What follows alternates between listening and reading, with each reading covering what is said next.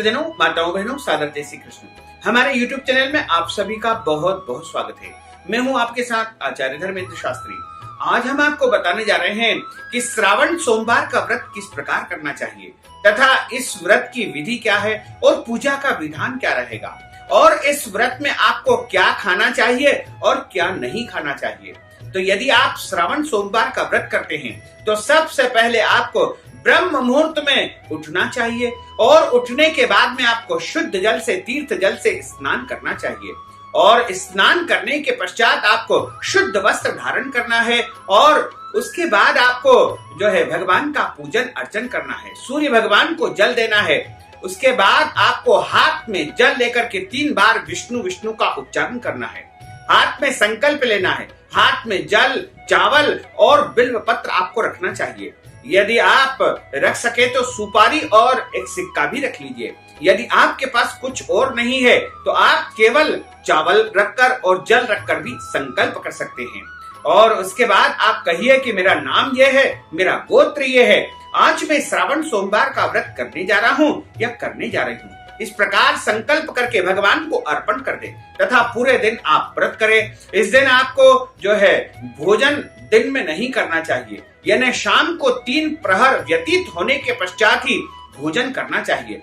दोपहर के समय आप फलाहार कर सकते हैं, नमक वाला फलाहार आप ले सकते हैं। इस दिन दूध से बनी वस्तुएं आप सेवन कर सकते हैं या फल से बनी कोई भी वस्तु आप ले सकते हैं, लेकिन ध्यान रहे कि भोजन शुद्ध और सात्विक लेना चाहिए। इस व्रत में आप यदि व्रत करते हैं तो निराहार भी व्रत कर सकते हैं, यानी आप केवल फलाहार लेकर भी व्रत कर सकते हैं या एक समय भोजन लेकर भी आप व्रत कर सकते हैं। चावल का उपयोग आप कर सकते हैं। इसके अलावा इस दिन ध्यान रखना चाहिए कि इस दिन दाढ़ी कटिंग बिल्कुल नहीं करवाना चाहिए तथा नाखून भी नहीं काटना चाहिए और विवाहित दंपति को ब्रह्मचर्य व्रत का पालन करना चाहिए। झूठ नहीं बोलना चाहिए, क्रोध नहीं करना चाहिए तथा इस दिन आपको पेड़ पौधों को काटना नहीं चाहिए और इस दिन किसी भी गरीब व्यक्ति को आपको प्रताड़ित नहीं करना चाहिए और किसी भी व्यक्ति का दिल नहीं दुखाना चाहिए और प्राणी मात्र को कष्ट नहीं पहुंचाना चाहिए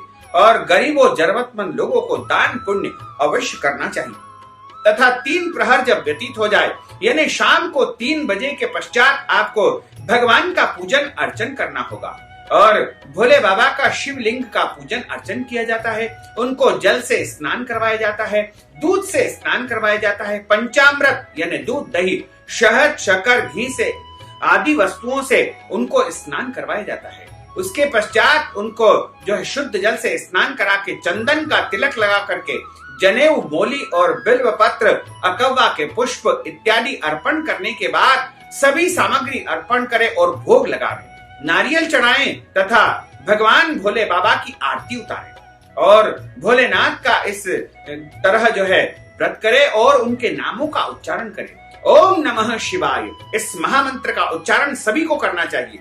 महिला, पुरुष, स्त्री, पुरुष सभी इस मंत्र का उच्चारण कर सकते हैं, किसी के लिए कोई दोष नहीं है। और उसके बाद रात्रि में आपको भगवान का पूजन अर्चन करने के बाद भोग लगा करके भोजन ग्रहण करना चाहिए। इस भोजन में आप लहसुन, प्याज का उपयोग बिल्कुल न करें तथा इस दिन घर में मांस, मदिरा का उपयोग भी नहीं करना चाहिए। और श्रावण सोमवार का जो भोजन होता है उसमें आप शुद्ध और सात्विक भोजन ले सकते हैं, यानी दाल रोटी भी उस दिन आप ले सकते हैं, दाल बाटी, दाल बाफले ले सकते हैं और इसके अलावा खीर, पूड़ी, लड्डू इत्यादि वस्तुएं भी ले सकते हैं और उसके बाद आप इस व्रत का पालना कर सकते हैं। तो इस तरह आपको श्रावण सोमवार का व्रत करना चाहिए। इसी तरह जो 16 सोमवार जो माताएं बहनें करती है वो भी तीसरे प्रहर के बाद पूजन अर्चन करने के बाद कथा श्रवण करने के पश्चात ही जो है जिन सामग्री से उन्होंने व्रत किया है, जैसे कुछ लोग मिश्री से व्रत करते हैं, लौंग से व्रत करते हैं, बिल्व पत्र से व्रत करते हैं, इसके अलावा चूरमा से व्रत करते हैं और मिश्री से भी व्रत करते हैं या दूध से बनी मिठाई या कोई भी एक फल से व्रत करते हैं, वो उसी फल को ग्रहण करेंगे, उसी वस्तु को ग्रहण करेंगे केवल, इसके अलावा कुछ और नहीं लेंगे। पूरे दिन वो निर्जला निराहार इस व्रत का पालन करेंगे तथा पूजन करने के पश्चात जल पी सकते हैं और उसके बाद इस व्रत का पालन कर सकते हैं। यानी 16 सोमवार भी आप अलग अलग तरह से कर सकते हैं। जैसा शरीर आपका साथ देता है उसी प्रकार आप व्रत का पालन कर सकते हैं। यदि महिलाओं को किसी प्रकार की कोई समस्या आती है, मासिक धर्म आदि की, तो वह उस दिन पूजन नहीं करे, व्रत तो कर सकती है, व्रत करने में कोई दोष नहीं, लेकिन भगवान का पूजन तथा स्पर्श इस दिन वर्जित माना गया है।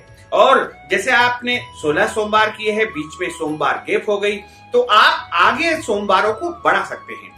इस प्रकार जितने सोमवार कम हो गए हैं उतने आप आगे बढ़ा सकते हैं। यदि आपके घर में जन्म या मृत्यु का कोई सूतक हो जाता है, ऐसी स्थिति में भी आप सोमवार के व्रत को आगे बढ़ा सकते हैं। और जब आपके पूरा कंप्लीट 16 सोमवार हो जाए तो 17वें सोमवार के दिन आपको व्रत करना चाहिए। और इसके अलावा भी यदि आपको लगता है कि नहीं, अभी कोई समस्या है, उद्यापन नहीं कर सकते हैं, तब तक आपको लगातार व्रत करते रहना चाहिए। उसके बाद ही आपको व्रत का जो है उद्यापन करना चाहिए। और इस दिन अनिवार्य रूप से भगवान भोले बाबा को गंगाजल, बिलपत्र, भांग, भस्म इत्यादि वस्तुएं अर्पित करना चाहिए। ऐसा यदि आप व्रत करते हैं तो निश्चय ही आपके जीवन की समस्त मनोकामनाएं पूर्ण हो जाएगी और आपके जीवन में सुख, शांति, समृद्धि का वास हो सकेगा।